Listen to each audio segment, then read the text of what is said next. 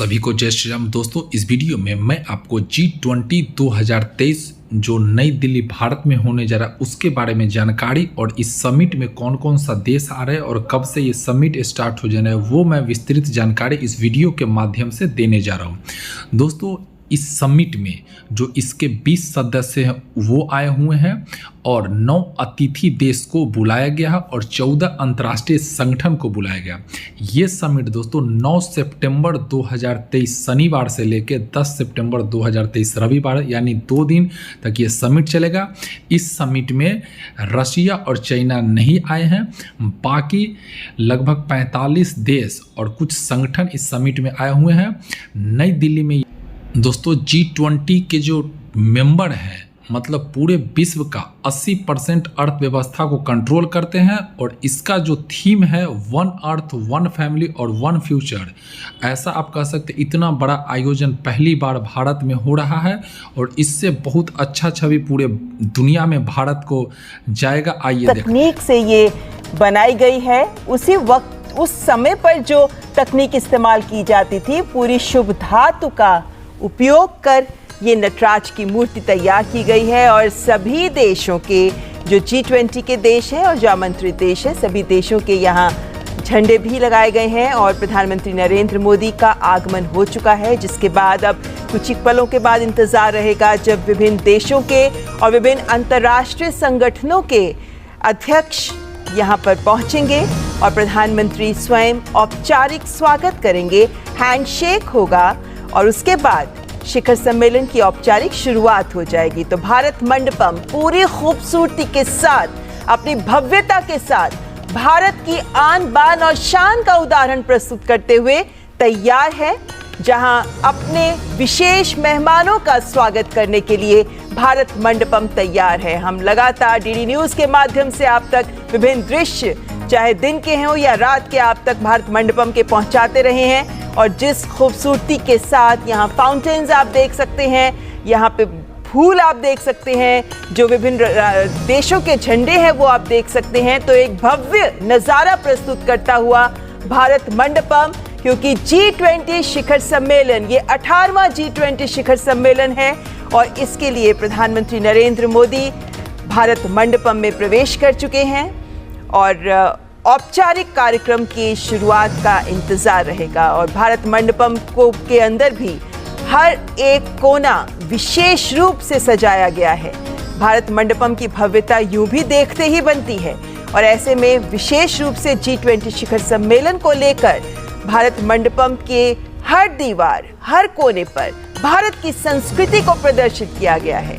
प्रधानमंत्री नरेंद्र मोदी भारत मंडपम में प्रवेश कर चुके हैं और औपचारिक स्वागत राष्ट्राध्यक्षों का, हमारे मेहमानों का करने के लिए भारत मंडपम पूरी खूबसूरती के साथ, पूरी भव्यता के साथ तैयार है।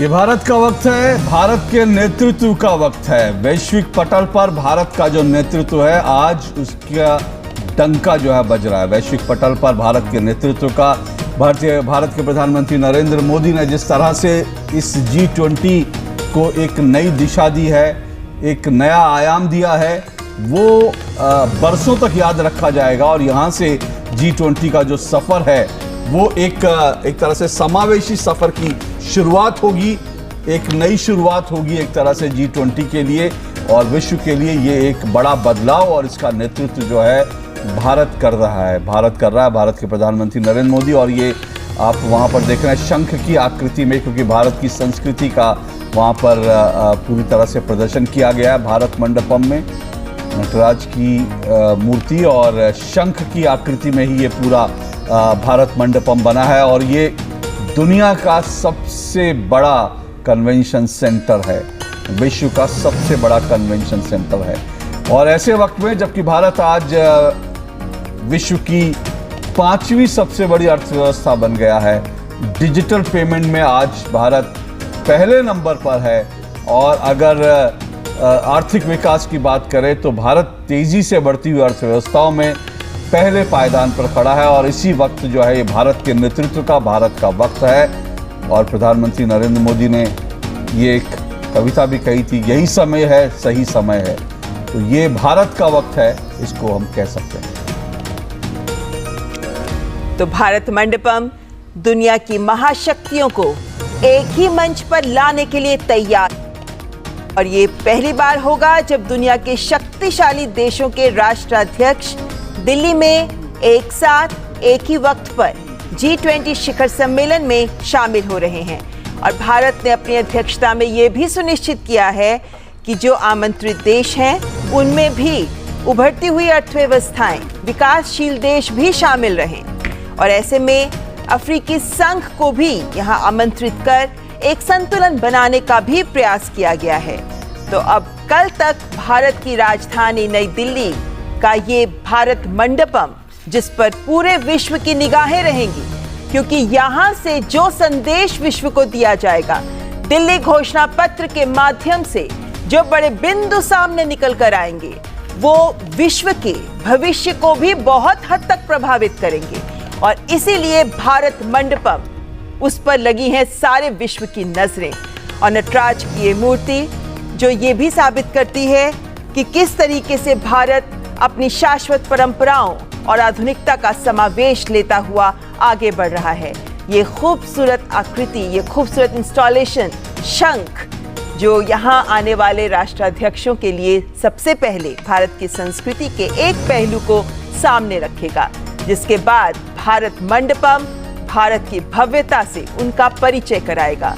ये भारत मंडपम दरअसल नए भारत का भी उदाहरण प्रस्तुत कर रहा है, जहां भारत अपनी प्राचीन परंपराओं, अपनी सदियों पुरानी सांस्कृतिक धरोहर को समेटे हुए आज की आधुनिकता के विभिन्न आयाम के साथ समन्वय करते हुए तमाम राष्ट्राध्यक्षों का स्वागत कर रहा है। ये भारत मंडपम अपनी धरोहर को भी विश्व के सामने प्रस्तुत कर रहा है। ये भारत मंडपम जो नए भारत का उदाहरण प्रस्तुत कर रहा है। ये भारत मंडपम जो केंद्र बन रहा है G20 के मंच के लिए एक नई दिशा देने का। और यही भारत मंडपम जहां अब से कुछ ही पलों के बाद विभिन्न देशों के राष्ट्राध्यक्ष, विभिन्न अंतर्राष्ट्रीय संस्थाओं के प्रमुख, जिन्हें विशेष रूप से आमंत्रित भी किया गया है और जो हर G20 शिखर सम्मेलन का हिस्सा भी रहते हैं, उन सब के अध्यक्ष भी यहाँ जब उनका आगमन होगा तो प्रधानमंत्री स्वयं उनका स्वागत करेंगे। आधिकारिक औपचारिक शुरुआत कुछ ही पलों बाद, लेकिन फिलहाल इस वक्त मौसम भी साथ देता नजर आ रहा है। और आज सुबह ही हमने देखा किस तरीके से रात को तेज वर्षा हुई और उस वर्षा के बाद दिल्ली का मौसम सुहावना हो गया है। और जिस तरीके से हवाएं चल रही हैं, ये भी दिखाता है कि आज का जिस शिखर सम्मेलन का पहुंचेगा, इस बात की उम्मीद है। तो भारत मंडपम जिसको सजाया गया है, जिसको अपने राष्ट्राध्यक्षों, विभिन्न देशों के राष्ट्राध्यक्षों के स्वागत के साथ साथ एक महत्वपूर्ण संदेश यहां से विश्व को देने के लिए भी ये भारत मंडपम तैयार है। भारत विश्व के सामने विकसित और विकासशील देशों के बीच एक संतुलन बनाते हुए महत्वपूर्ण संदेश देगा दिल्ली घोषणा पत्र के माध्यम से, जिसका केंद्र रहेगा ये भारत मंडपम। मेरे सहयोगी अजय भी इस वक्त स्टूडियो में हमारे साथ मौजूद हैं।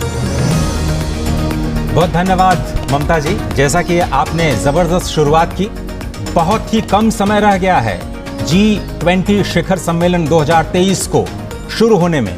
भारत की अगुवाई में 1 दिसंबर 2022 से शुरू हुआ यह सफर आज आखिरकार उस पड़ाव पर पहुंच चुका है जहां तमाम देशों के ताकतवर राष्ट्राध्यक्ष वैश्विक मुद्दों पर चिंतन करते हुए नजर आएंगे। और भारत मंडपम से ये भव्य तस्वीरें दूरदर्शन नेटवर्क के माध्यम से लगातार आप तक पहुंच रही हैं। और आपको बताएं कि पब्लिक ब्रॉडकास्टर के तौर पर दूरदर्शन ने वो तमाम तैयारियां की हैं, जितने भी दृश्य भारत मंडपम से आप तक पहुंचेंगे वो दूरदर्शन नेटवर्क के जरिए ही हर टेलीविजन चैनल्स पर आपको दिखाई देंगे।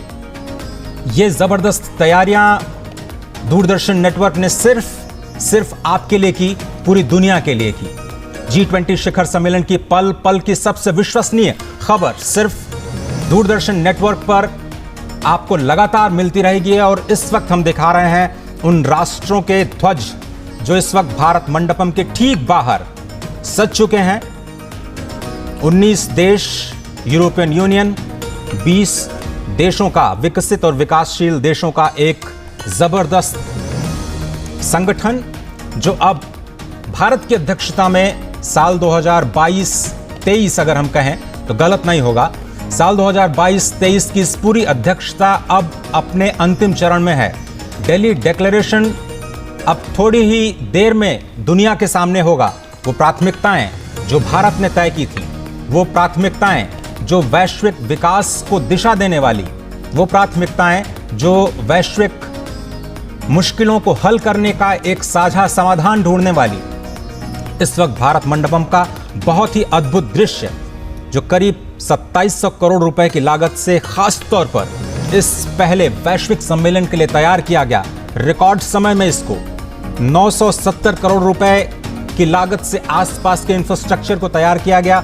ये आप देख रहे हैं जो पीछे आपके जो रास्ते लेके जाते हैं आपको भारत मंडपम, और तमाम फ्लाईओवर्स के जरिए, अंडरपासेस के जरिए पहले चरण में उसका निर्माण किया गया, और दूसरे चरण में प्रगति मैदान नए भारत की नई तस्वीर दिखाता हुआ ये भारत मंडपम दिव्य और भव्य रूप में इस भारत की सांस्कृतिक धरोहर नटराज की विशाल मूर्ति के साथ इस वक्त मौजूद भारत की भव्य सभ्यता का सतसृष्टि तांडव रचयिता नटराज राज नमो नमः।